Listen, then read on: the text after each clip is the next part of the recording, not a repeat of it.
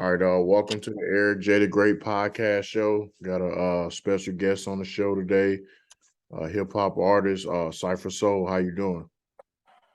Good. How you doing, brother? What's good with y'all? What's good? What's up? To Yeah, meet y'all.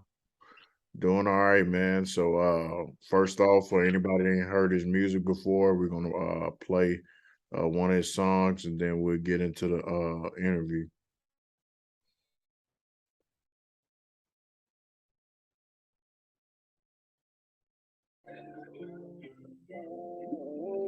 Hey,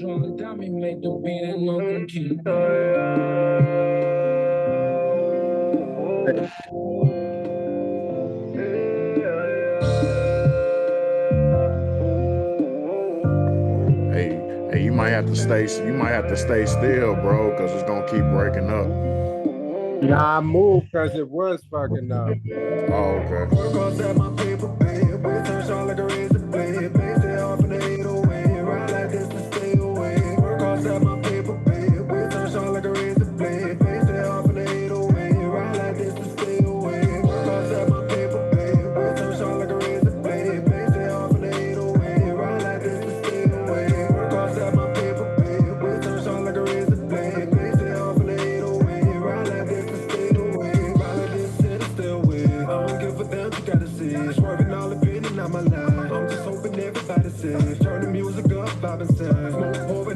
For me, paper coming in, I'm growing trees. Got it piled up, I got them leaves. Going back and forth to the bank, bringing it back to the fan. Whether it be pills, a dissing I ran. Fixing on which trying to develop a plan. Hit the gas onto the floor with the pedal. The head with them demons, they ride with the devil. I'm curving no more like I drive for a medal. The chance of me losing, like changing the rim. Never gonna happen, I ride with the bag. Gotta be first, never be last. What can I say? I love going fast. They tell me slow down, I ain't gonna crash. Live for the future, let go of the past. I'm going to riches, I came up from rag. I grew up in Duval, the jam. I know it is like me and down on my head. Work on set my paper, babe. We turn short like a razor blade. Base it off in the 808. Ride like this to stay away. Work on set my paper, babe. We turn short like a razor blade. Base it off in the. Yeah, man.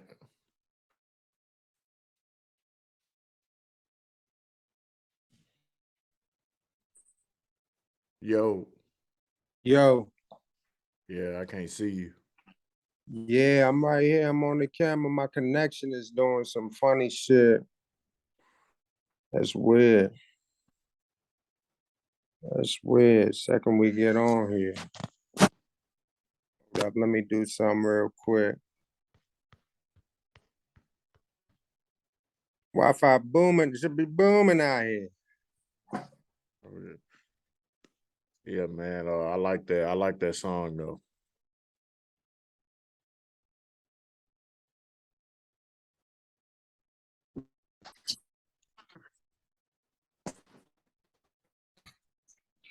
Yo. Yeah. Yeah, can you hear me? Yeah, I can hear you. I can't see you though. Man, that's crazy. It's wild. Well, I can see you now. Froze. You know what I'm about to hold up 1 second. What I'm about to do, I'm about to see if it works better right here. This shit ain't where it's at.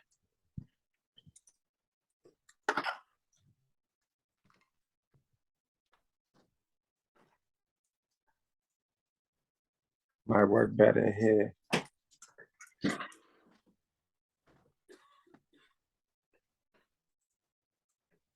You got me?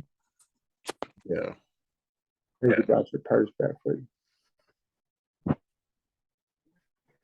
Yeah, man. So first off, man, tell the people where you from and how old are you?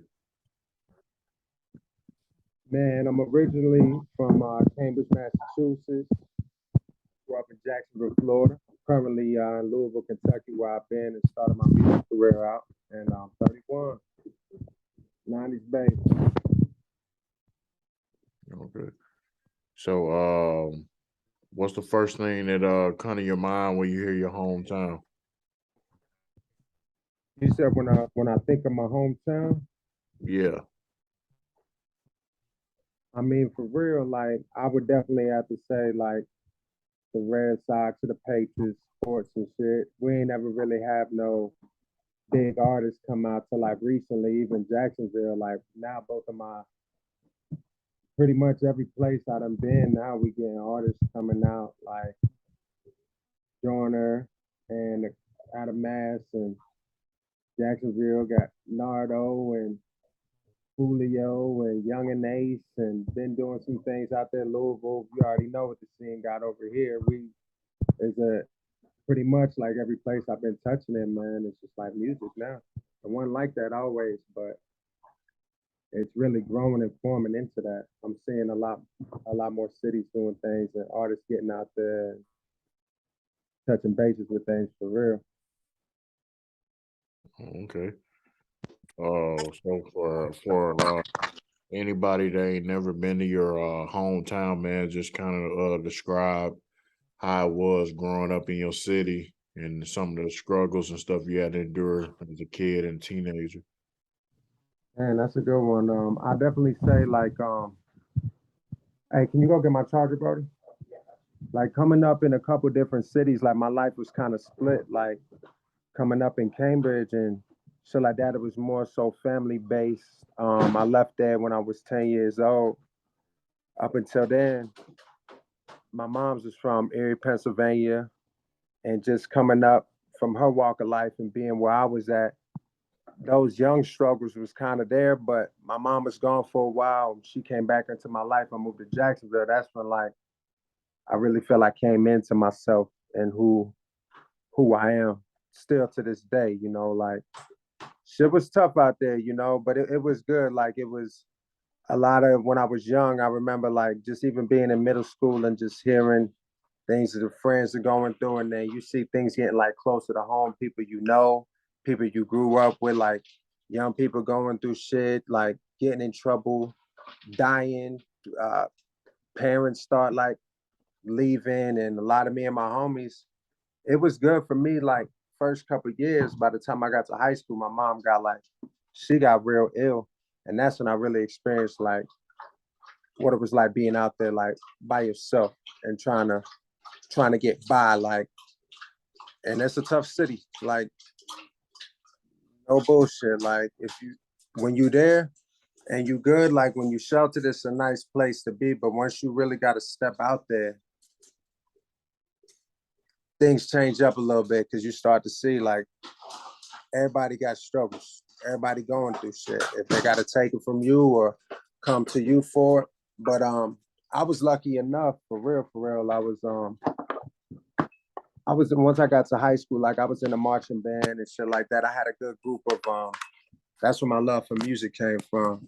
I had a good group of friends. A lot of us, if we ain't have it, they had it. If they ain't have it, I had it. My mom's was around, or their moms was around, and it was crazy though, man. Like lots of bullshit. I don't want to like get into too much, but people know about Jacksonville. Like niggas was really out there on some other shit that we never really had to be on. If we were to just like try to band together and shit, but it ain't never been like that. When somebody hungry, they gonna try and come and get what's on your plate. And it was just like that. Once I got to high school, like 15, 16 years old, it seemed like how shit was. It was wild, man. Like my mom had a stroke when I was 15, put in a coma. So I was like down by myself for a long time, like just had people from out of town and shit like that. But nigga, I had to hold myself down. It was me and my homies. Like sometimes when nobody home for months, like just due to being in the hospital, we still went to school, tried our best. Till nigga got a little older and was like, look, I'd rather get out here and make some money and try to do something, you know. But Jacksonville is definitely I think it's a cultural place. I think the people who are from there love it, you know what I'm saying? But they hate it at the same time. Cause they know like what it is, like, damn, I'm tired of all this bullshit out here, losing my people to whether it's jail, death, sicknesses, or bullshit. But I realized from moving around a lot, man, that's just everywhere, bro.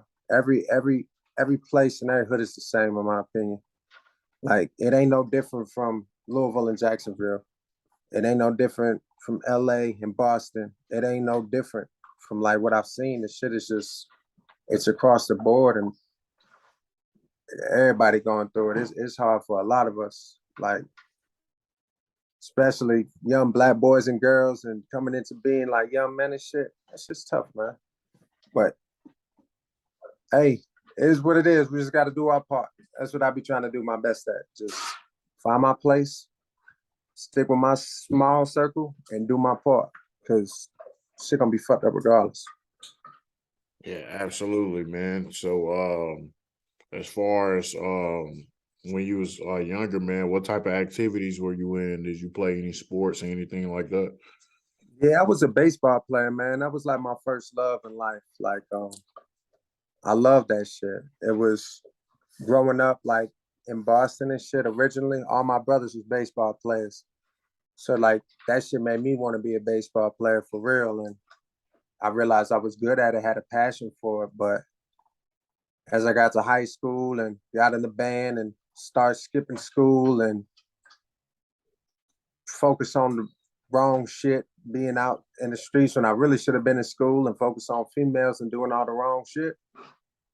My original love, which was baseball, faded away, and it kind of just turned the whole everything turned away. By the time I was like 17, 18, my mom had a stroke to the brain, and she was never the same again.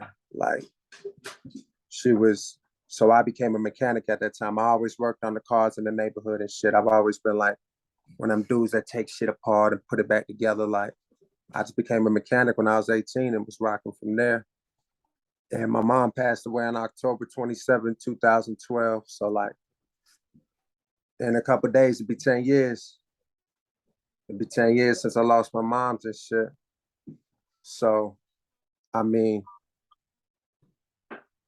it's been a roller coaster, man, but shit is coming. Like coming up there though, it was all in the marching band too. Cause like in down south, people don't realize like the marching band bigger than the football team. For real. Like that was our life. Like once the baseball shit wasn't going all right, they won't let me play because my grades and my attendance, the band's still gonna take me. So he's like, fuck it, I'm just gonna march, man. Try to go to FAM or something or go to Bethune-Cookman. Like I'm real big on HBCUs and shit. Like we always love their music and just schools and shit. So that's kind of been like it was one of my dreams back in the day. But some of my homies, they did it, made it happen, marched in 100, marched at the Super Bowl, something like shit. I did it too. You know, they did it. That was all our dream at one point in time. So I'm just glad a couple of us got to do what we really wanted to go for and shit. And I kind of just took that over my musical talent. And when I was like 25, 26, I started rapping. Okay. Yeah. Sorry to hear about your mama too, man. Man, I appreciate that, man. As far as your family, did you have anyone in your family that was involved in the music business? Nah, not the music business, never that. Like my pops, he actually like he was real big and I can't tell you who it is. The Commodores. He opened up for them one time. He did a lot of things. He was always in the choir and he did a lot of things like that. He's still to this day one of the best rappers, singers, poets that I've ever known. So it kind of gave me inspiration. I grew up around people in the house with the studio and shit. They ain't have it like we got it though. They was over there hitting on the beat pad and had the keyboard and doing it a little differently. But music was life for us though. Growing up, like music always was around me. Most of the people in my family play instruments or do something musically or are somewhat inclined in that way, in that direction for sure. So would you say that what led you to music, like your whole family being like musically inclined into it? I think for real, what led me into music was missing the band and shit. Like for real though, like because when I was young, I used to just like freestyle and play around with them and try to rap, but I was never no good, you know. Like I never took it seriously. But I wrote a poem one time about my mom after she passed away. And then one day, me and my homies, we used to freestyle. Like once I became like 18, we used to ride around and roll blunts. I had a Dodge Ram 1500. We used to all jump inside of it, play instrumentals, and just ride around the city. roll fat green games before there was anything that there was today, or Swisher or something like that. We'd be in the car, Phillies, and just smoking and riding and freestyling. We was all trash, like no lie, like we just did it to have fun and get away. And then I wrote a little poem and put it on a beat one day, and I had my first song, and I never looked back. Once I heard myself on the track, I kind of like went nuts. I was like, damn, nigga, that's me. Oh shit, that's fire. Like I had never heard it before, you know? So once I did that, I didn't even know you're supposed to take a break. I just did the whole thing one take. I'm used to practicing it on my phone. He's like, I ain't stop you, bro, but you know you're supposed to like do the verse or the hook, the verse, and like make a song. I didn't even know how to structure a song. I just jumped in there and just started rapping. And I never looked back, bro. Never. Ever since that day, music been the love of my life. Like always has been, but that's when like creating and using my voice became something. Cause I remember like I used to tell my mom, I'm gonna be on American Idol. She's like, nigga, you can't sing. I'm like, look here, mom. I'm gonna be on that motherfucker. Like, I know I can sing. She ain't never heard my music before. Like, I know she hears it, but she ain't never like told me like, hey, all right, son, you actually all right. Cause she used to tell me, she was like, yeah, you can't sing. Don't try to do it. Stay away from it. That's not your thing.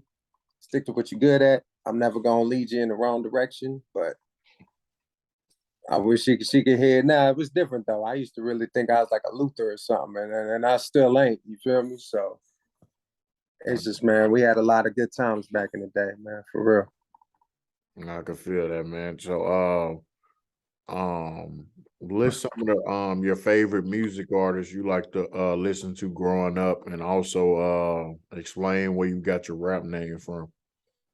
Okay. Like favorite music artists. I always like for real, I grew up on pop and just a lot of older rap. Like it wasn't even older for us at the time. That was what was hot. You know what I'm saying? Like coming up like in high school, Lil Wayne was everything, everything to us. And my dad, like this dude has a CD case like crazy. So he used to have all the CDs, all the R&B, like old school shit. I used to listen to all kinds of things. Like I was a big like Boys to Men fan. I remember I never forget when Life Jennings came out. Like we played that thing out like nonstop. You know what I'm saying? I've always been not gonna say always, but Jay-Z is my favorite rapper today, but he wasn't always. Like when I was younger before, I was like, man, Wayne to kill him. You know, Wayne is better. Wayne is better, like Pac is better. But then over time and just seeing it, I'm like, damn, Jay is really that guy, man. You know, like I love Pac's inspiration more than anybody else. He's inspired me most as an artist, like being a Gemini and just how I feel I move through life. I think Pac kind of gave me some of my biggest insight Okay. on just, just musically, but rap wise, I mean, I feel like I try a bunch of different styles. That's why my first project was called the Variety Pack. And this next one I'm gonna drop is gonna be called Another Variety Pack. And then I'm working on my EP right now. My latest stuff is called You Only Get One of Me. So it's kind of like, I don't know, I'm gonna just steer away from the whole variety pack thing, making a bunch of different music and really try to come into my sound right now. And just let the fans kind of decide what they like best. For Yeah. sure. But man, I have a big music influence though, man. Like Jimi Hendrix, Louis Armstrong, like we was really like, I love music. Like marching bands like Florida A&M, that was huge. They showed me different songs through all these times, like songs I would have never knew, like Talking Out the Side of Your Neck, like all them songs like Backstabber, like they showed me a lot of songs that you go and you hear the band playing, you go look them up and it just brings you back and it just teaches you a lot about things along the course of time in music and just the transformation and shit. But my name really real deal. Like the one thing I will say that I don't feel like some people might disagree, but Cypher, like that's who I am. Like throw a beat on, I'm a killer. Like, you know what I'm saying? That's what I do. That's what I've always been known for. Like, before I ever wrote a song, I was just freestyling. I'll just turn the beat on and kill a beginning to end. And it just kind of like stuck. Like, hey, Cypher. And then just as I started to like gain a voice, I just added the soul on it. And just it became Cypher Soul. And the whole meaning of Cypher, like 1/3 knowledge, 1/3 wisdom, 1/3 understanding.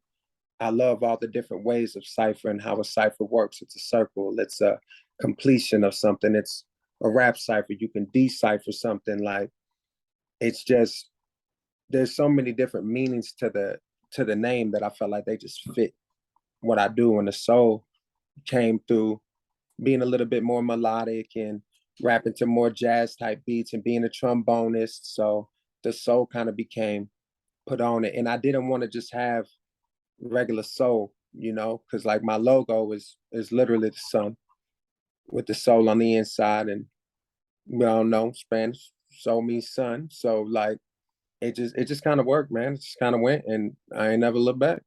That's that's been my name.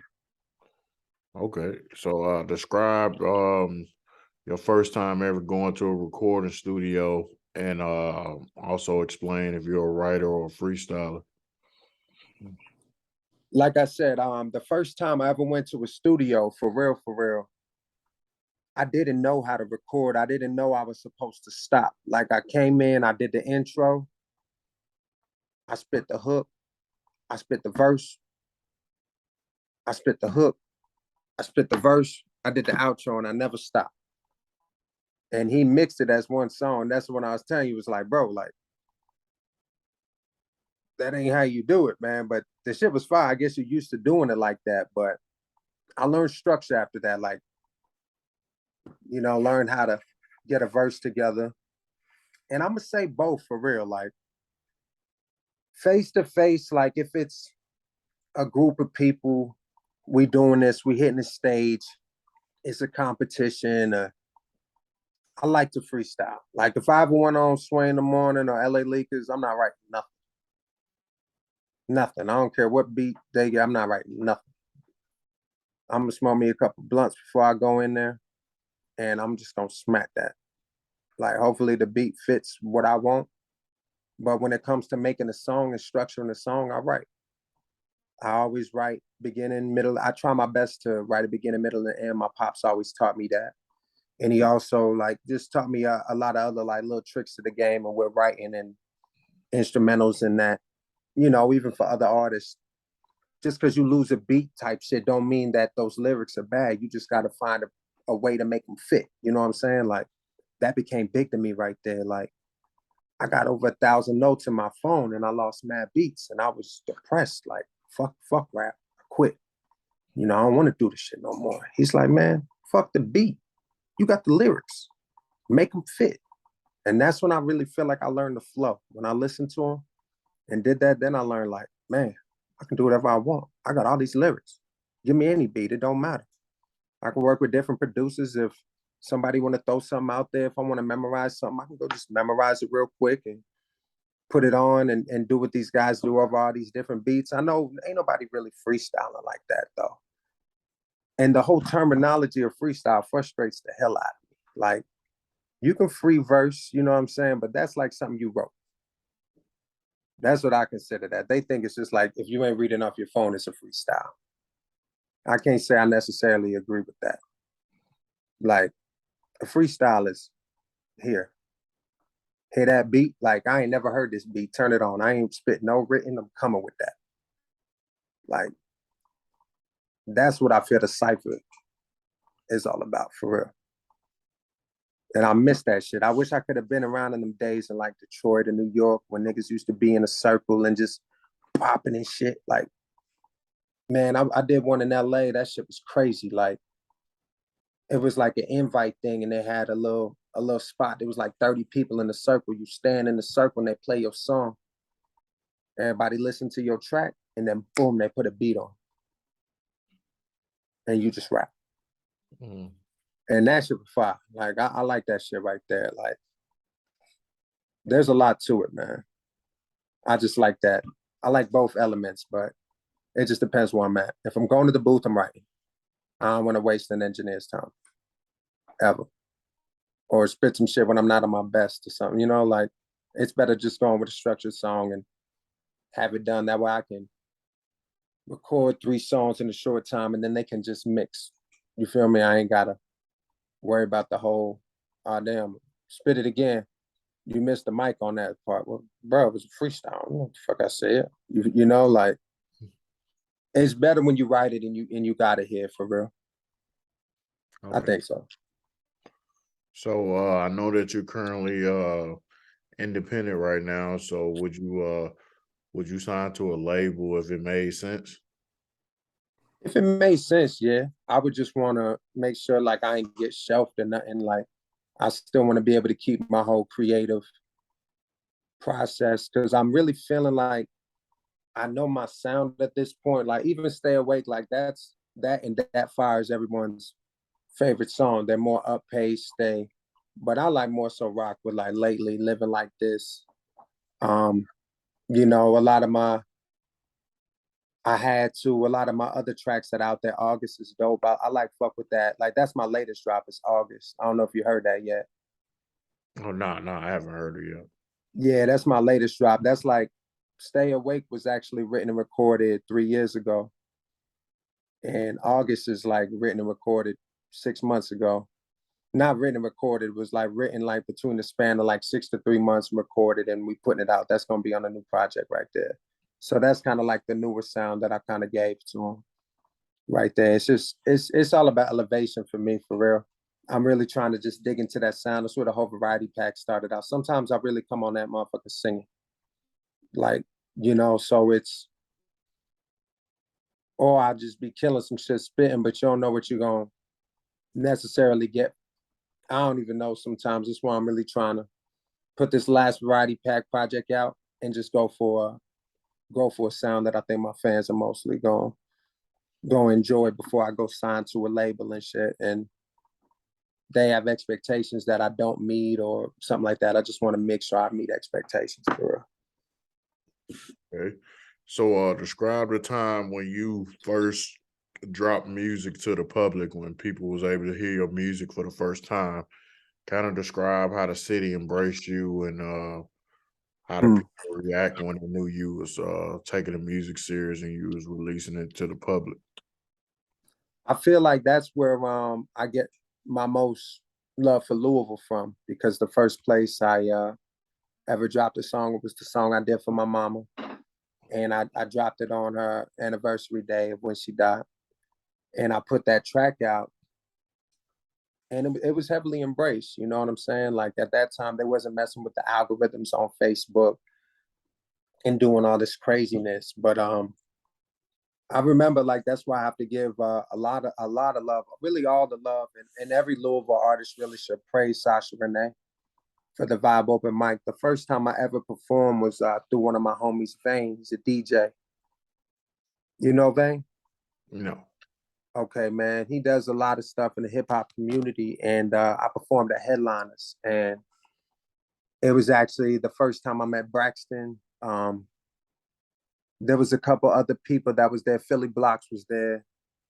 There was a few other artists and people that I met and made connections with through that show. And after that, I was nervous as fuck. Like I'm telling you, like I was in there and a bunch of people was in. I got was driving to the spot, got pulled over. My homie got locked up. He had a warrant, and they let me go. My license was at the crib, so they followed me back to the house. They could have took me to jail too, but they didn't. I told them I had a show. I had to rap for the cops and everything. I was really trying to make this happen. I was at the house pissed, and my homies pulled up with a bottle of Henny in a bag and was like, bro, just roll up, start smoking, take some shots. I know you're nervous. Got to the club, forgot my ID. They ain't even want to let me in. So I'm over here like, damn, this is bad. And the security guard, he was like, yo, I'm going to let you in. But if your shit is trash, you got to leave. Damn. He was like, if you're trash, you got to go. Like, for real, I'll let you do your show, but if you're not good, you got to leave. And then I ain't have no ID, put a wristband on me. Of course, I was over 21. My uncle passed me a shot, and he caught me drinking it. And he was like, look, bro, second you perform, I want you out. I want you going. Bro, I went up there, I was nervous as hell and I smacked it. And after I came down, like that's when I met Braxton and Philly and all them and people was recording. He was like, hey, bro, don't even worry about it. You can stay, you can drink straight. I know you're over 25. He's like, you killed that. And man, I got addicted, bro. Like then I got on Facebook and seen the Vibe Open Mic. I hit up Sasha Renee, followed that, and then I performed 2 songs. I did like 6 minutes.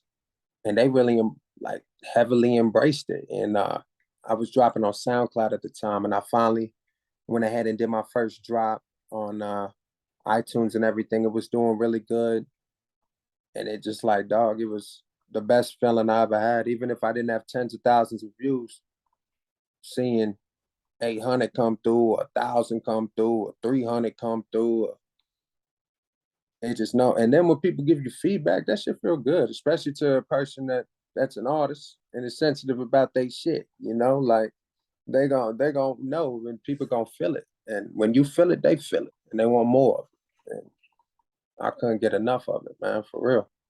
That's why I do this shit. That's what's up, man. So for anybody that doesn't know about your city, man, kind of describe the music scene and also explain if artists collab with each other or not. On some real, like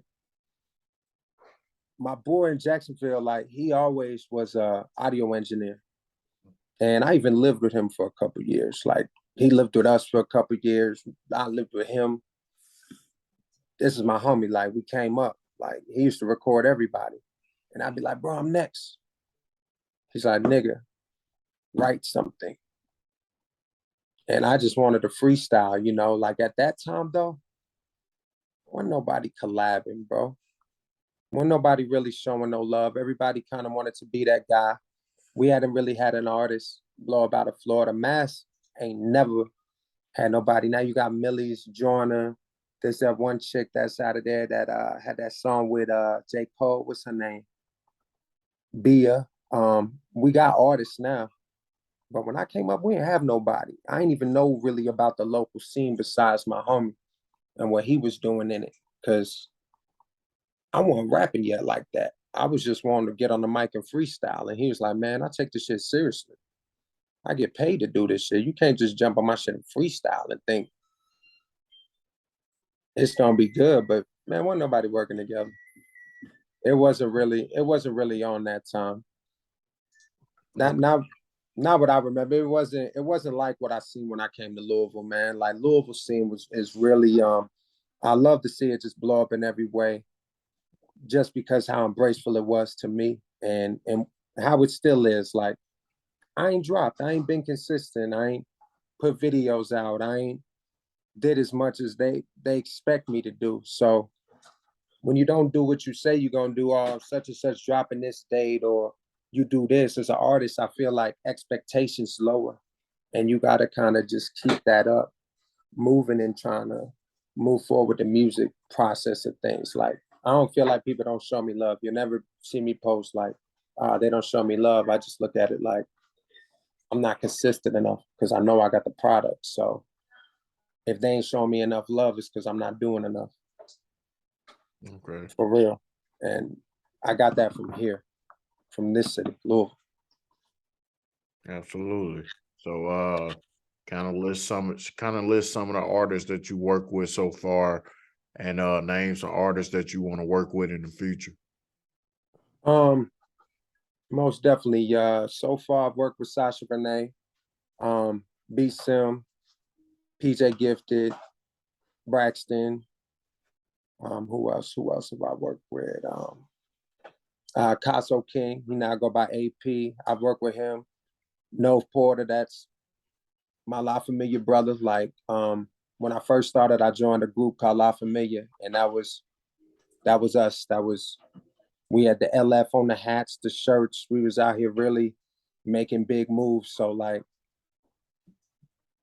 that was the squad. That was the team. You know, and things kind of went out a little bit, but it's all still loving me and him. We still working together. We all still in there together, but more so just trying to work independently and helping each other grow the most we can. As far as who I'd like to work with, like I want to do something with Jordan Jetson and Jans both. I rock with them heavy. Um, I really want to do something with Trap King Kai as well, and on like the R&B tip. I'd really like to work with Mars, Rob Lee. You know, those are just some of my favorite Louisville artists, and just to keep on working with the people I work with, I already know we make good stuff together. So as far as so just That's like in the city. oh, okay. Yeah, like that's all artists in the city. But you talking about like big artists, like signed artists who I like to work with? Oh, it didn't matter. Okay. So it's explain to your fans, man, like what do you like doing in your spare time when you're not doing music? Man, I'm a mechanic, man. I be working on cars all the time. It's just like it kind of consumes my life a little bit. If I get like some free time, I really do. I like to go bowling. I like to shoot pool. I like playing dominoes, spades. You know, I'm kind of like one of them that like the whole man. Let's get this. Let's get these bones cracking. Let's hit the bowling alley or something like that. That's kind of just how I grew up. So I used to play video games. I still been trying to get into 2K with my little brother, but I'm not really big on it. But man, I be on the cars, man, most of the time. Okay. So list your short and long term goals, man. What you want to accomplish. Musically, Yeah, musically for your music career and in general. that's a really good question, man.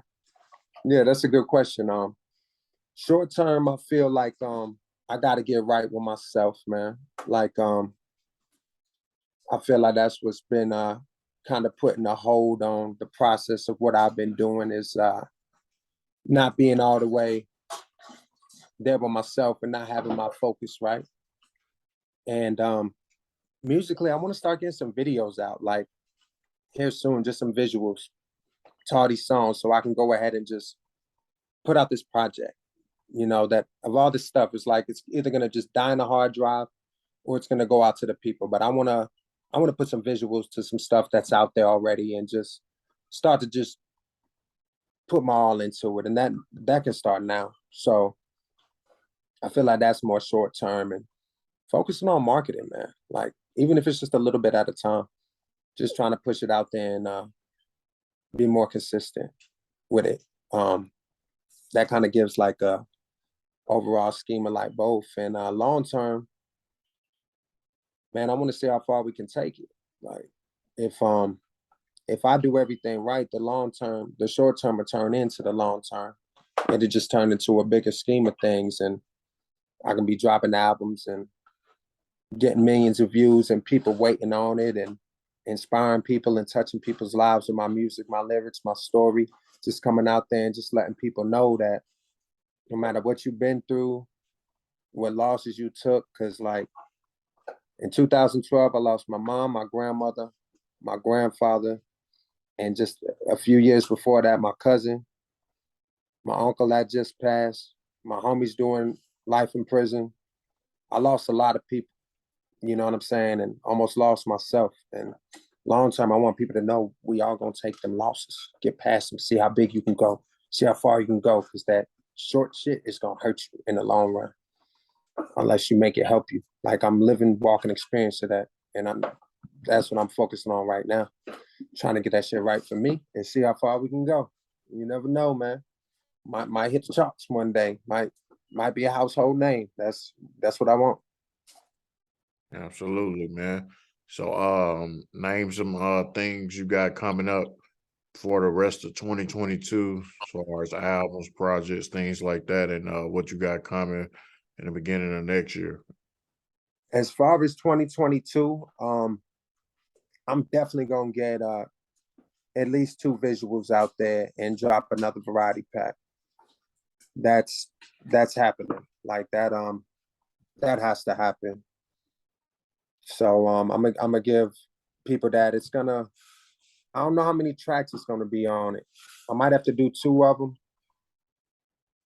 I know the attention span is changing. I don't know if I can put 18 songs on a project, but I might have to do 9 and 9. But however it goes, I know something is gonna drop. And that You Only Get One of Me project, man. That's 2023. As soon as I can get in there to start recording that's the big change right there. That's everything, man. That's like me really getting it out and really spilling my heart to my fans and my soul and just giving it all in. Okay. And shows, I got to get back on that stage. Got to get back on that stage here soon. Absolutely. So, So, how do you want people to perceive you? I don't want people to just perceive me as like a conscious rapper or a lyricist. I want people to just perceive me as an overall artist. Like, I want people to see the artistry and musicianship that goes into my music, and whether it's someone making me beats or what I hear, the instrumentation in my music, I want to be perceived as music. I want people to see like, damn, this dude got a good ear, got a good voice. I want to be perceived like completely as music. Like, when you think music, I want Cypher Soul to hit your mind. Like, I want to be perceived as someone who, does what they say they're gonna do. I gotta change it up. I gotta switch it up. When I drop this next date, it's gotta happen. I can't be perceived as someone who, he's supposed to binge drop. Oh man, give up on him. Nah, we ain't doing that. It's just want to be perceived as someone who does what they say they're gonna do, and look at me as music. Fleer. Absolutely, man. So closing remarks, man. Anything you want to tell the people that you got going on or you got coming up, man, and let people know how to find you on social media, things like that. Yo, for real, like, I want everybody to know to keep going. Like, for real. Don't let your life affect your dreams, because before you know it, your dreams will be past you and your life will still be going on. Like, that's why right now my main focus is trying to beat that and trying to get that intact. Because if I don't, it's just gonna be long gone, and I'm gonna be looking back saying what I could have did, because got the potential, got the talent, like, so I want to just let everybody know to don't take life so serious. If you have a bad day, just say fuck it and try again tomorrow, like, and as far as like the future goes, just be looking out for me. I'm gonna be making music. I'm here. Cypher Soul on all platforms, CYPHERSOL. And on Instagram, it's just Cypher Soul, all one word, underscore. It's that same one on everything. I'm gonna jump on Twitter and start talking with people a little bit more and doing some more stuff, posting some more things. But man, just don't let life stop your goals, because life gonna go on and your goals will fade away or your dreams will pass you by. Like, so just keep going. You can live through me. I done fucked it all up, but I'm here to say that life goes on and we can try again.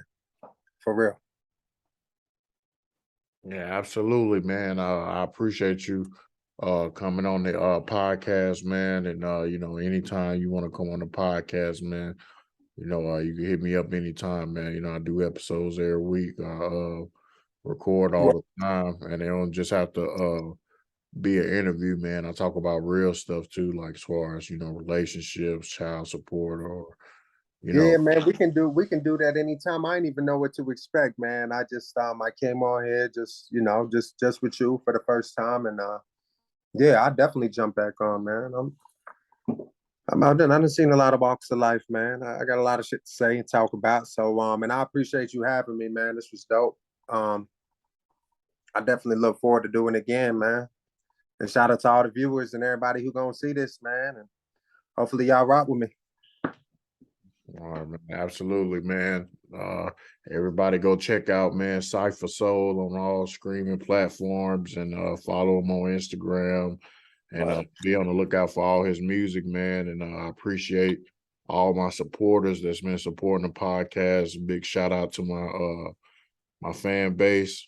We almost at 2,500 subscribers on YouTube. So I want to appreciate everybody's just taking time to listen and see what I got going on my platform, man. And I appreciate you coming on, bro. And you have a good night. Hey, you too, fam. Thank you. You too.